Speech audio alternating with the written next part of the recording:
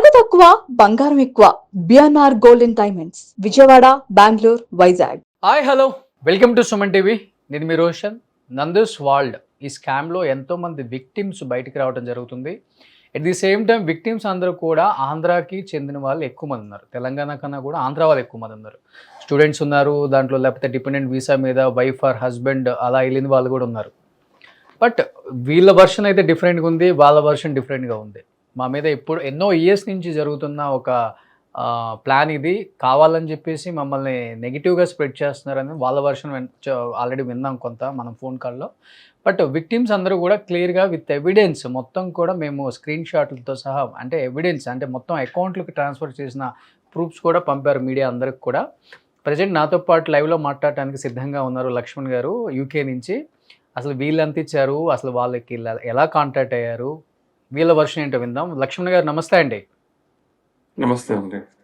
లక్ష్మణ్ గారు, అంటే ప్రతి ఒక్కళ్ళకి కూడా అంటే మాస్క్ పెట్టుకుంటున్నారు అనేది కూడా ఒకటి వినపడుతుంది బయట, మీకు తెలిసే ఉంటుంది డెఫినెట్గా. ఇంకా అంటే పరువు పోతుంది అనేది ఒకటి అందువల్ల, లేకపోతే లేదండి, ఇక్కడ కొన్ని కొన్ని ఇబ్బందులు ఉన్నాయి ఇక్కడ మాకు. సో, అదే ఒక రీజన్‌లో రండి. ఎందుకంటే వీసా మాది రీసెంట్‌గా అది టైం అయిపోయింది. సో, రీసెంట్‌గా పోయింది వాళ్ళ వల్ల. ఓకే. సో, కంపెనీ రివోక్ చేయడం వల్ల పోయింది. సో, ఇప్పుడు మళ్ళీ మేము వేరే వీసాకి స్విచ్ అయ్యే లోపల మేము మళ్ళీ ఇంక వీసా వేసుకోలేదండి. మాకు కొంచెం టైం ఉంది ఇప్పుడు. తొందరగా ఓకే. Visa okay. వేసుకోవాలి. లేకపోతే మళ్ళీ ఇబ్బంది కదండీ. మళ్ళీ ఇండియా పంపించేయడం చేస్తే కాదు అలవాటు లక్ష్మణ్ గారు, లేదంటే. కేవలం మనీ మాత్రమే మీరు లాస్ అవ్వలేదు, ప్రజెంట్ అక్కడ స్ట్రగుల్స్ కూడా ఫేస్ చేస్తున్నారా ఏదైనా? 1 ½ ఇయర్ నుంచి స్ట్రగుల్స్ ఫేస్ అవుతూనే ఉన్నామండి. ఎందుకంటే వాళ్ళ దగ్గర నుంచి వీసా తీసుకోవడం, ఆ వీసా వల్ల జాబ్ కోసమని అప్లై చేసుకున్నాం ఫస్ట్ మేము. సో, వాళ్ళు జాబ్ ఇస్తామని చెప్పేసి జాబ్ ఇవ్వలేదు. ఎప్పుడు ఇవ్వలేదంటే ఎగ్జాక్ట్‌గా మాకు ఆగస్ట్ 2024 నుంచి ఇక్కడ జాబ్ లేదండి. సో సో, అప్పటి 2024 నుంచి నుంచి కూడా ఇక్కడ ఖాళీగా ఉన్నారు. We are waiting for the job. Waiting for the job అండి. జాబ్ లేదండి వాళ్ళది ఇదంతా. ఎన్ని సార్లు ఫోన్ చేసినా ఇలాగే చెప్తూనే ఉంటారు. తప్పించుకుంటూనే ఉంటారు. వాళ్ళ రెస్పాన్స్ అసలు సరిగ్గా ఉండదు. సో, ఈ వీసాలో ఇరుక్కుపోయి ఉన్నాం కాబట్టి మేము వేరే దగ్గర జాబ్ చేయడానికి కూడా ఉండదు. ఓహో! సో, అంటే వేరే ఇది కంపెనీస్ ఎవరు హైర్ చేసి ఓకే. ఇది రిజెక్ట్ అయితే గాని నెక్స్ట్ మళ్ళీ అప్లై చేసుకోవడానికి మీకు మళ్ళీ పాసిబుల్ ఉంటుందా అండి? చేసుకోవడానికి లేదు. పాసిబిలిటీ ఉంటుంది. ఇప్పుడు ఈ 1 మంత్ అయిందండి నాకు మెయిల్ వచ్చి కరెక్ట్‌గా. మీ వీసా కంపెనీ రివోక్ చేసాము. మీకు స్పాన్సర్ లైసెన్స్ క్యాన్సిల్ చేసాము ఆ కంపెనీకి. సో, మీరు 1 మంత్‌లో వెళ్ళిపోవాలి కంపెనీ నుంచి. సారీ, యూకే నుంచి అని చెప్పారండి. యూకే నుంచి 1 మంత్‌లో మీరు వెళ్ళిపోవాలి ఇండియాకి. వెళ్ళిపోవాలండి. ఈ లోపల మేము వెతుక్కోవాలి జాబు. ఇక్కడ స్పాన్సర్‌తో పాటు జాబ్ ఇస్తే ఇక్కడ ఉండాలి. లేదంటే 1 మంత్‌లో ఇండియా వెళ్ళిపోవాలి మేమింకా. లక్ష్మణ్ గారు ఎన్ని ఇయర్స్ బ్యాక్ ఎళ్లారు యూకే? మీరు ఎందుకెళ్లారు? వీళ్ళకి అసలు ఎలా కాంటాక్ట్ అయ్యారు మీరు? 2023 మేము మే 9థ్ వచ్చామండి ఇక్కడికి. 2023 మే 9థ్ 1 ఇయర్ నా వైఫ్ మాస్టర్స్ కోర్స్ కోసమని వచ్చాము ఇక్కడికి.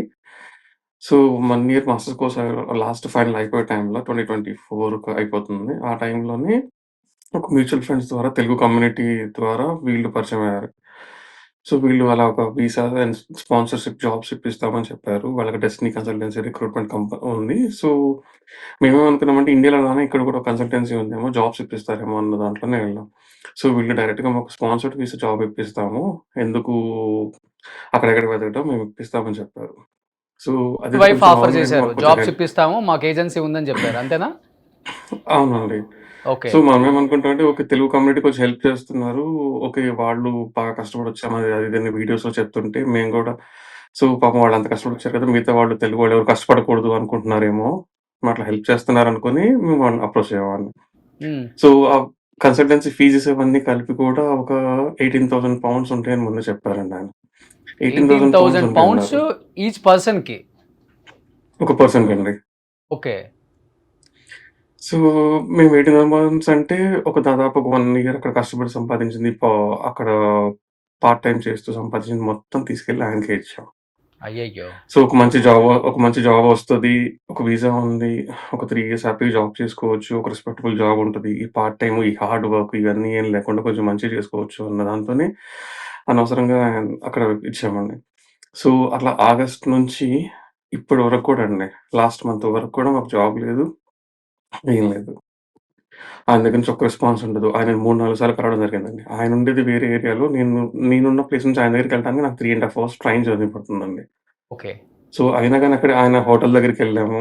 ఆయన ఇంటి దగ్గరికెళ్ళాము. ఆయన ఆఫీస్ దగ్గరికెళ్ళాము. అసలు ఆయన ఇచ్చిన కంపెనీ పేరే లేదండి. అయ్యయ్యో! మొత్తం ఫేక్ కంపెనీలు. ఆ! అది ఫేక్ కంపెనీ అండి. అది ఆ కంపెనీలో రమానందన్ అన్న కూడా వన్ ఆఫ్ ది డైరెక్టర్ అండి. హ్మ్. ఆవిడ ఇప్పుడు కరెక్ట్‌గా ఇప్పుడు నాకే 2024 రమానందన్ ఓకే. ఇప్పుడు ఈమేమైతే నాకు ఆ! సంబంధం లేదని చెప్తుందో ఈమె డైరెక్టరే. ఆమె వన్ ఆఫ్ ది డైరెక్టర్ అండి. ఆమెని 2024లో ఆమె రిజైన్ చేశారు. 2024 జూలైలో ఆమె రిజైన్ చేసింది ఆ కంపెనీ నుంచి. ఓకే. అలాగా నేను మనీ కూడా ఆవిడకి కూడా చాలా పంపించానండి.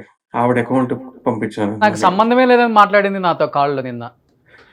నాకు సంబంధమే లేదు. లేదండి. నేను అలాగే డైరెక్టరే అంటారు. కాదు. నాకు ఒక్క రూపాయి కూడా సింగిల్ రూపీ కూడా నేను తీసుకోలేదు విక్టిమ్స్ దగ్గర నుంచి. ఆవిడంతట ఆవిడనే నేను కలిసి చెప్పినప్పుడు, "నాకు హెల్త్ బాలేదు. నేను ఇండియా వెళ్తున్నాను. ఏం పర్లేదండి. ప్రాజెక్ట్ వచ్చేదుంది. ప్రాజెక్ట్ రాంగానే మీకు జాబ్ ఇప్పిస్తాం గ్యారంటీగా. అలాంటిదేం లేదు. మీరేం దిగులు పడకండి. మనం ఉన్నాం కదా! నేనున్నాను కదా!" అని చెప్పిందండి ఆవిడ నాకు. మరి సో, ఆవిడ మీరు సంబంధం కూడా లేనప్పుడు ఆవిడ ఎందుకు యూట్యూబ్‌లో ఆ చెప్తుందండి? వీడియోస్ చూసి నమ్మేసారింక. కష్టపడొచ్చాం ఇక మేము గూడా. వా వాళ్ళకి అవునండి. వాళ్ళు మేము ఒక పూటే తిని బతికాము అది ఇది అంటే, సో, మేము కూడా అలాగే ఫ్యామిలీ అలాగే ఫీల్ అయ్యామండి. ఓకే. మన స్ట్రగుల్స్ అన్నీ కూడా వాళ్ళు కూడా పడొచ్చారు కాబట్టి, వాళ్ళు మనకి హెల్ప్ చేస్తున్నారేమో అలా అనుకుంటాం. హ్మ్. ఆల్‌మోస్ట్ ఎంతిచ్చారండి ఇండియన్ రూపీ మీరు? ఇప్పటికైతే 23,00,000 అవుద్దండి. 22,00,000 చేంజ్. 22,00,000 చేంజ్ ఇచ్చారు మీరు. కానీ వీసా పార్ట్ టైమ్ ప్రాసెసింగ్ చేసుకుంటే మాత్రమే మేము చేస్తాము. కేవలం ఆ ఫీజు మాత్రమే మేము వాళ్ళ దగ్గర నుంచి తీసుకుంటాం గానీ, వేరే ఫీజెస్ ఏం తీసుకోము మేము అని జెప్పారు. మరి 22,50,000 ఓన్లీ వీసా ప్రాసెసింగ్ అవుతుందా యూకేలో? ఆ ఒక్క ప్రాసెసే వాళ్ళు చేయరండి. వీసా ప్రాసెస్ చేయరు వాళ్ళు. ఓన్లీ కాజ్ ఇస్తారంతే. వీసా ప్రాసెస్ మొత్తం మళ్ళీ మనమే చేసుకోవాలి. వాళ్ళేదైతే చేస్తామని చెప్పారో ప్రాసెసింగ్ అంతా, అదంతా అపాయింట్‌మెంట్ బుక్ చేసుకోవడం దగ్గర నుంచి మిగతా అన్నీ కూడా మనమే చేసుకోవాలి. వాళ్ళు ఓన్లీ కాజ్ మాత్రమే ఇస్తారు. సీఓఎస్ ఇస్తారు. ఓకే. ఓకే. కానీ ఆ లక్ష్మణ్ సీఓఎస్ గారు బేస్ అంటే మనమే నేను విన్నది యూకేలో 5 ఇయర్స్ ఉన్న తర్వాత first next sixth year ILR. ఐఎల్ఆర్‌కి అప్లై ఐఎల్ఆర్ ఇంకొక 1 ఇయర్ ఉన్న తర్వాత డైరెక్ట్‌గా వెళ్లి మీరే సిటిజన్‌షిప్ తీసుకోవచ్చు బ్రిటిష్‌దని విన్నాను నేను. మీరే అప్లై అవునండి. చేసుకోవాలి డైరెక్ట్‌గాని విన్నాను. కానీ మీరెందుకు ఇలాంటి ఏజెన్సీ‌లని నమ్మేసి మోసపోయారు అసలకి? దానికి ఇప్పుడు ఆ 5 ఇయర్స్ ఇక్కడ ఒక స్పాన్సర్డ్ జాబ్‌లో ఉండాలండి. అంటే ఇక్కడ ఈ కంపెనీ ఏదైనా ఒకటి స్పాన్సర్‌షిప్ జాబ్‌లో ఉండాలి. 5 ఇయర్స్ ఎట్ ఎ స్ట్రెచ్ ఒక 5 ఇయర్స్ ఒక జాబ్ చేస్తూ ఇక్కడ ఉంటే స్పాన్సర్డ్ వీసాలో ఉంటే, అప్పుడు మనం ఎలిజిబుల్ అవుతామండి ఓకే. ఐఎల్ఆర్‌కి. ఓకే. మనం స్టూడెంట్‌గా వచ్చాము. స్టూడెంట్‌గా వచ్చి ఒక 2 ఇయర్స్ వచ్చి 2 ఇయర్స్ పీఎస్‌డబ్ల్యూ చేసి, ఆ తర్వాత మళ్ళీ ఒక 2 ఇయర్స్ జాబ్ చేసి వెంటనే అట్లా అవ్వదండి. ఇప్పుడు స్టూడెంట్‌గా ఉన్నంత వరకు, ఆ పీఎస్‌డబ్ల్యూలో ఉన్నంత వరకు ఇది కౌంట్ కిందకి రాదు ఐఎల్ఆర్‌కి. ఎప్పుడైతే మీకు స్పాన్సర్డ్ వీసా జాబ్ ఉంటుందో, అప్పుడు ఆ ఫస్ట్ ఇయర్ నుంచి ఫిఫ్త్ ఇయర్ వరకు చేస్తే అది కౌంట్ అవుతుంది. సో, అది వీళ్ళిక్కడ చేస్తారు. ఓకే. సో, ఆ అది 5 ఆశగా ఇయర్స్ వరకు చూపిస్తారంతే. కాపాడటానికి ట్రై చేస్తూ ఉంటారు. అలా కుదిరితే ఓకే. కుదరకపోతే హ్యాండ్స్ అప్ అంతే. కొద్ అంతే హ్యాండ్స్ అప్ అండి. అప్పుడు ఓకే. మళ్ళీ హ్యాండ్స్ అప్ అండి ఇక. వీళ్ళు అందరూ చేసింది అదేనండి. అందరూ అనుకున్నారు, ఇప్పుడు మేము స్టూడెంట్‌గా వచ్చిన తర్వాత మళ్ళీ 2 ఇయర్స్ పీఎస్‌డబ్ల్యూలో ఉంటే అది కౌంట్ అవ్వదు కదా! ఆ 2 ఇయర్స్ బదులు వీళ్ళ దగ్గర జాబ్ తీసుకుంటే మనకి కంటిన్యూయస్‌గా ఉంటది కదా! ఒక 5 ఇయర్స్ చేసుకోవచ్చు మనం. ఒక 2 ఇయర్స్ మనకు సేవ్ అవ్వద్దు కదా! అని అనుకున్నాం. అందరూ అలా అనుకుంటారు. అందరూ ట్రై చేస్తూనే ఉంటారండి జాబ్స్ కోసం. హ్మ్. హ్మ్. వచ్చిన ఫస్ట్ డే నుంచి అందరూ ఇండీడ్‌లోనో, లింక్డ్ఇన్‌లోనో జాబ్ చేస్తూనే ఉంటారు. అండ్ వీళ్ళని డైరెక్ట్‌గా వీళ్ళు కూడా మాకు అలాగే అప్రోచ్ అయ్యారండి. ఓకే. ఆ ప్రాసెస్ ఇండీడ్‌ని వీళ్ళు కొంచెం రాంగ్ వేలో యూజ్ చేసుకున్నారు. అర్థమైంది. అర్థమైంది. అదేలే వాళ్ళు ఎప్పటినుంచో అక్కడ ఉన్నారు కాబట్టి ఇన్‌ఫ్లూయెన్స్ చేసుకోగలిగారు. ఇన్‌ఫ్లుయెన్స్ చేసుకోగలిగారండి. అండ్ వీళ్ళిక్కడ ఎవరు ఆ చుట్టుపక్కల ఉన్న వాళ్ళు కూడా ఎవరు సరిగ్గా తెలీదండి వీళ్ళకి. ఆ ఇంటి దగ్గరికెళ్ళి మాట్లాడదాము, ఏమైనా చేద్దామన్నా గాని, అసలు వీళ్ళు ఏ ఫంక్షన్స్ గాని, తెలుగు కమ్యూనిటీస్ కానీ వాళ్ళకి ఎవరు పిలవరండి. ఎవరు రారు వీళ్ళు ఫస్ట్ ఆఫ్ ఆల్. హుహుహుహు.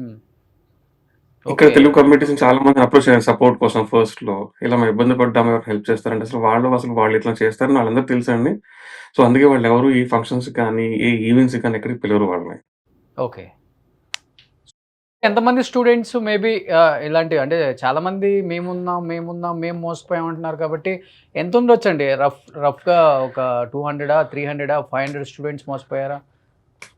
187 స్టూడెంట్స్ అయితే ఇక్కడే ఉన్నారండి. వీళ్ళు మోసపోయిన వాళ్ళు. వీళ్ళు మోసపోయిన వాళ్ళు ఇప్పుడు 187 మంది ఇక్కడ ఉన్నారండి. కొంతమంది ఇండియాలో ఉన్నారు. ఓహ్! ఇండియాకి గూడా వచ్చేసారు మళ్ళీ. ఇండియాకొచ్చేస్తారండి. ఇప్పుడేముంది ఇప్పుడు ఓవరాల్‌గా నేను ఎంత నెల రోజుల్లో స్కామ్ నేను వీసా తీసుకొని జరిగుండొచ్చండి? ఒక 50-100 కోట్ల వరకు జరిగుండొచ్చా? 70-80 వరకైతే ఈజీగా ఉంటదండి. ఎందుకంటే 70 to ఒక్కొక్క 80 పర్సన్ దగ్గర సిఆర్. మీరు తీసుకోండి. సీఆర్ ఉంటదండి. ఎందుకంటే ఇప్పుడు నా దగ్గర 22,00,000 అండి. సో, నేనొక్కడిని కొంచెం తక్కువ కట్టాననుకోండి. మిగతా వాళ్ళు 30,00,000 కట్టారు. కొంతమంది 40,00,000 కట్టారు. అందమైంది. ఆ! సో, వీళ్ళు చెప్పేయన్నీ ఇలా ఉంటాయి. మీకు 5 ఇయర్స్ వీసా ఇస్తామని చెప్తారు. అది 3 ఇయర్స్‌కే ఇస్తారు మళ్ళీ లాస్ట్ మొమెంట్‌లో. ఎందుకంటే మనకు పీకల 2 ఇయర్స్ దగ్గరకొచ్చిన మళ్ళీ తర్వాత అల్లాడిస్తారు. మళ్ళీ అలాడిస్తారు మళ్ళీ. And first of all 3 years కూడా ఉంచరండి క్లియర్‌గా. ఇక్కడ మనకి జాబ్‌తో పాటు కాబట్టి కంపల్సరీగా జాబ్ ఇచ్చినప్పుడు పేరోల్ రన్ చేయాలి, సాలరీ వేయాలి అండ్ వాళ్ళకి టాక్స్ అయన్నీ చూపించాలి. వీళ్ళు ఏం చూపించరు కాబట్టి గవర్నమెంట్ ఇప్పుడు అవన్నీ తీసేసిందండి. పంపించేస్తుంది. కానీ మీకు మీకు మీకు తెలుసు కదండీ! మీరు చదువుకున్న వాళ్ళు, ఇంకా యూకేలో మాస్టర్స్ చేయడానికెళ్ళి జాబులు చేయాలనుకున్న వాళ్ళు, ఒకప్పుడు పెద్ద ఎత్తున ఇండియన్స్ యూకే వదిలిపెట్టి ఎళ్ళిపోవాలని పెద్ద ఫైట్‌లే జరిగినియి. ఆ!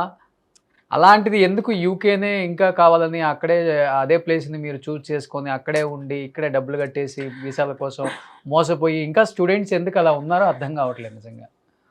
యూఎస్‌లో కొంచెం గన్ కల్చర్ ఎక్కువ కాబట్టి యూఎస్ ఎళ్ళటానికి కొంతమందికి భయమండి.